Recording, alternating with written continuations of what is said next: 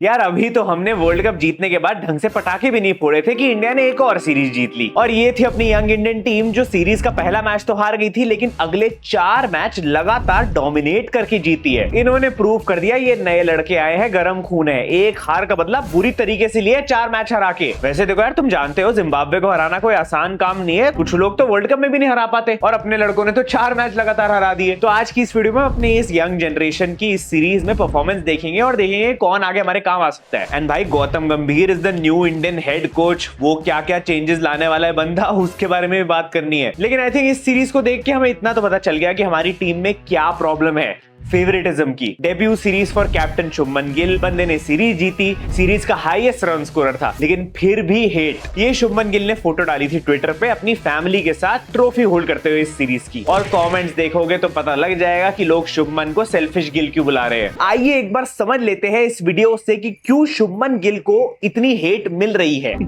देखो, मैंने तुम्हें सीरीज से पहले ही बोल दिया था कि शुभमन गिल को कैप्टन बनाना मुझे उतना खास डिसीजन नहीं लगा। एंड आई थिंक सबको वो चीज कहीं ना कहीं दिख गई इस सीरीज में। पहले दो मैच में शुभमन गिल की कोई खास परफॉर्मेंस थी नहीं, लेकिन थर्ड मैच में जब यशस्वी जायसवाल, संजू सैमसन और शिवम दुबे टीम में वापस आ जाते हैं, तब एक ऐसा डिसीजन लिया जाता है जिससे एक बहुत अच्छे प्लेयर की सारी परफॉर्मेंस कॉम्प्रोमाइज हो जाती है। अभिषेक शर्मा, जिसने सेकंड टी20 में सेंचुरी लगाई है, उसको डिमोट कर दिया जाता है नंबर 3 पे बैटिंग करने के लिए, जो कि ऑब्वियसली उसकी नॉर्मल पोजीशन नहीं है। इसलिए अगले दोनों इनिंग्स में वो फेल कर जाता है। ये तब हुआ जब उस बंदे ने ओपनिंग में सेंचुरी लगाई थी, वो भी 47 बॉल्स में। मुझे तो बहुत ही ज्यादा खराब डिसीजन लगा और वो उसकी परफॉर्मेंस में दिख ही गया। उसके बाद से उससे रन ही नहीं बने। फिर फोर्थ टी20 आता है जहां हमने टीम की एक्चुअल इंटेंट देखी, जो कि हमने 152 का टारगेट एकदम 15 ओवर में चेस कर लिया और एक भी विकेट लूज नहीं की। इस मैच में मुजरिम शुभमन गिल पे इल्जाम नंबर 2 है कि इसने यशस्वी जायसवाल की सेंचुरी खा ली। क्या शुभमन भाई ये हार्दिक पांड्या वाली लाइन में कब से आ गए आप? क्योंकि उस मैच में जायसवाल बहुत बुरी तरीके से मार रहा था और एक पॉइंट ऐसा था जहां पे टीम को 25 रन चाहिए थे और जायसवाल को 17 चाहिए थे उसमें से सेंचुरी कंप्लीट करने के लिए। लेकिन शुभमन गिल एकदम से अग्रेसिव हो गए एंड जायसवाल को सेंचुरी नहीं मिल पाई। यार क्यों इंडियन बाबर आजम बन रहे हो? ना खुद स्कोर करूंगा ना किसी और को करने दूंगा। देखो वही बात है, एक बायलैटरल सीरीज थी और सेंचुरी मार के आई थिंक एक प्लेयर को एक अच्छा कॉन्फिडेंस बूस्ट मिलता है, और अगर कोई इतना अच्छा खेल रहा था तो वो सेंचुरी भी डिजर्व करता ही है। आई मीन सीरियसली, एक टाइम पे धोनी और विराट वाला किस्सा वो याद आ जाता है जहां पे धोनी ने विनिंग रन भी नहीं मारे, वो भी विराट को मारनी थी क्योंकि वो डिजर्व करता था। एंड यहाँ पे तो माइलस्टोन्स की बात हो रही है। और तीसरा और सबसे बड़ा इल्जाम ये है मिलॉर्ड की शुभमन गिल ने 5th टी20 में ऋतुराज गायकवाड़ को ही बेंच कर दिया, जो कि इस सीरीज का सेकंड हाईएस्ट स्कोरर था and probably the best batsman in this series. But अगर स्टैट्स वाइज भी देखा जाए यार, तो शुभमन गिल ने 5 मैचेस खेले हैं, हाईएस्ट स्कोरर है इस सीरीज का और 170 रन बनाए हैं। लेकिन फिर आता है यशस्वी जायसवाल, जिसने सिर्फ 3 ही इनिंग्स में 141 रन बना दिए, और ऋतुराज गायकवाड़ के भी 4 इनिंग्स में 133 रन थे। बट सबसे बड़ी प्रॉब्लम ये थी कि इन तीनों में शुभमन गिल का स्ट्राइक रेट सबसे खराब। ऑब्वियसली इनके नीचे अभिषेक था, बट उसको कंपेयर नहीं करेंगे क्योंकि उसकी एक ही इनिंग्स थी 100 वाली। उसके अलावा वो ज्यादा कर नहीं पाया बिकॉज ऑब्वियसली उसकी पोजीशन ही चेंज कर दी। और मैं तो तुम्हें शुरू से ही बोलता आ रहा था कि मुझे इंटरेस्ट है अभिषेक और जायसवाल को साथ बैट करते हुए देखने में। वो क्या डिस्ट्रक्टिव होता भाई अलग ही लेवल पे। And I think as a senior player, मतलब इन सब में से तो शुभमन सीनियर ही सबसे ज्यादा मैचेस खेल चुका होगा इंडिया के लिए, तो शुभमन रेस्ट ले सकता था 50-20 के लिए और चांस दे सकता था इन दोनों को। Which is why I think the Gautam Gambhir era will change all this. I really think ये फेवरेटिज्म को एलिमिनेट करना पड़ेगा, कुछ हार्श कॉल्स लेने पड़ेंगे, कभी सैक्रिफाइसेस भी करने पड़ेंगे एंड प्योर मेरिट के बेसिस पे प्लेयर्स को जगह मिलनी चाहिए। देखो all in all Shubman Gill ने अपने एंड से बैटिंग अच्छी करी, but then again I felt कि बाकी प्लेयर ज्यादा बेटर थे। हाँ, एक चीज बढ़िया कर दी कि वो जस्टिस गैंग वालों को जस्टिस दे दी भाई ने। मतलब जब से संजू सैमसन टीम में आए तो तीनों मैचेस खिलाया बंदे को। अब देखो ऑनेस्टली मुझसे पूछोगे, मैं कहीं ना कहीं इन तीनों चीजों से थोड़ा सा अग्री करता हूँ। तुम मुझे कमेंट्स बताना कि तुम्हें क्या लगता है इन पूरे इल्जामों के बारे में। असली जज तो तुम ही हो एंड कोई नहीं। अब गौती भाई सब देख रहे हैं, एक बार वो बंदा आ गया ना, फिर तुम्हें बताएगा कौन सी बैटिंग कहाँ करनी है। भूल जाओ ओपनिंग, तो वो तो कुलदीप और अक्षर करेंगे। तो पहले उतर जाओ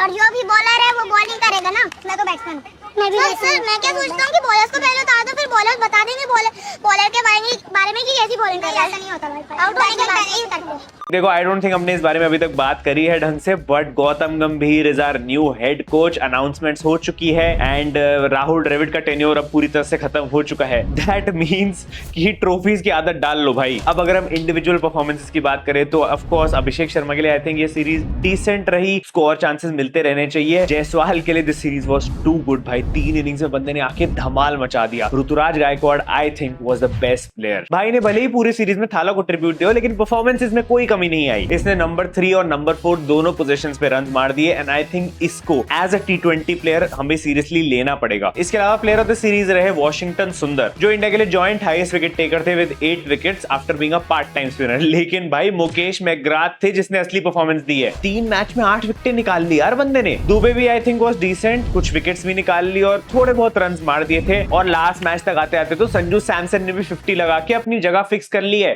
राजस्थान रॉयल्स के अगले मैच की प्लेइंग 11 में, क्योंकि इंडिया की अगली सीरीज में तो नहीं, वैसे अब कुछ नहीं कह सकते, गौतम गंभीर आ चुके हैं। सड़क से उठाकर स्टार बना दूंगा मैं।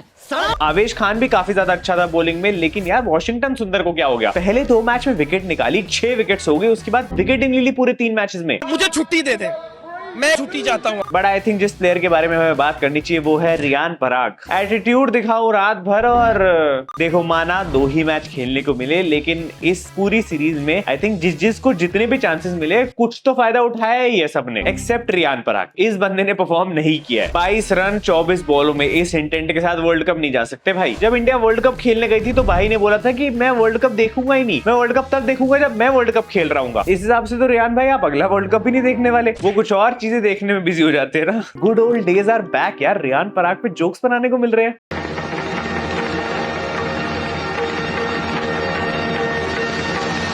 Apart from all this, I think the biggest coincidence इस सीरीज में जो हुआ वो था mister Tushar Deshpande debuting for India. 2 दिन पहले क्रिकेट से Jimmy Anderson the goat, the legend retire हुए हैं और फिर तुषार देशपांडे ने एकदम से डेब्यू कर लिया। ग्लेन मैकग्राथ ने पहले मैच में 1 विकेट लेके 30 रन दिए थे। तुषार देशपांडे के फिगर्स देख लो। Coincidence? I think not. भाई you can't right this stuff. हमारी टीम में गोट ऑलरेडी खेलने आ गए। तो ओवरऑल आई थिंक डेफिनेटली इस सीरीज से हमें कुछ इंटरेस्टिंग प्लेयर्स मिले हैं जो कि एक्चुअली हमारी मेन T20 स्क्वाड में आ सकते हैं, और कुछ प्लेयर्स ऐसे हैं जो घर से मैचेस देखेंगे।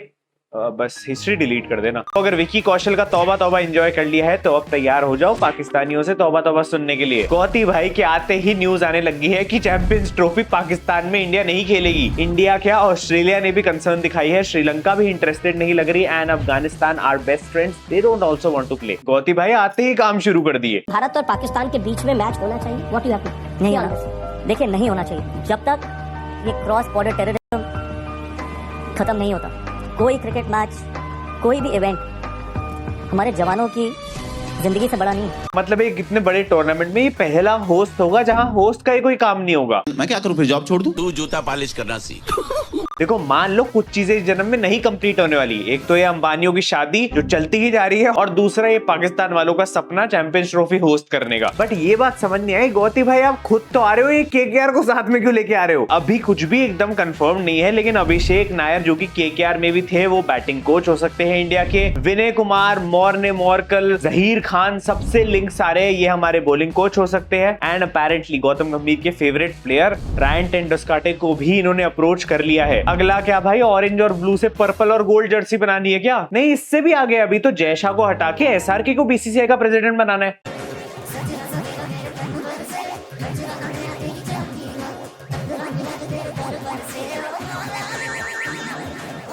कुछ हो ना हो गौती भाई सुनील नारायण को तो इंडियन सिटीजनशिप दिला के ही रहेंगे। एंड ऑब्वियसली जिम्बाब्वे वाली सीरीज में तो गौती भाई नहीं थे, लेकिन पहली सीरीज इनकी श्रीलंका वाली होने वाली जिसमें केएल राहुल कैप्टन होंगे। तुम ये समझ लो ये श्रीलंका वाली सीरीज जिसमें 3 T20 या 3 ODI खेले जाएंगे वो सिर्फ ट्रेलर है। असली पिक्चर तो गौती भाई बीजीटी में दिखाएंगे भाई, जो ऑस्ट्रेलिया में होने वाली है इस बारी। इमेजिन भाई एक साइड पे कोहली गंभीर एक साथ against Australia, hello for 90 overs. वहां ऑस्ट्रेलियंस हमारे बैट्समैन को बाउंसर्स मार रहे होंगे और यहाँ गौती और विराट डगआउट में बैठ के ऑस्ट्रेलियंस को मार रहे होंगे।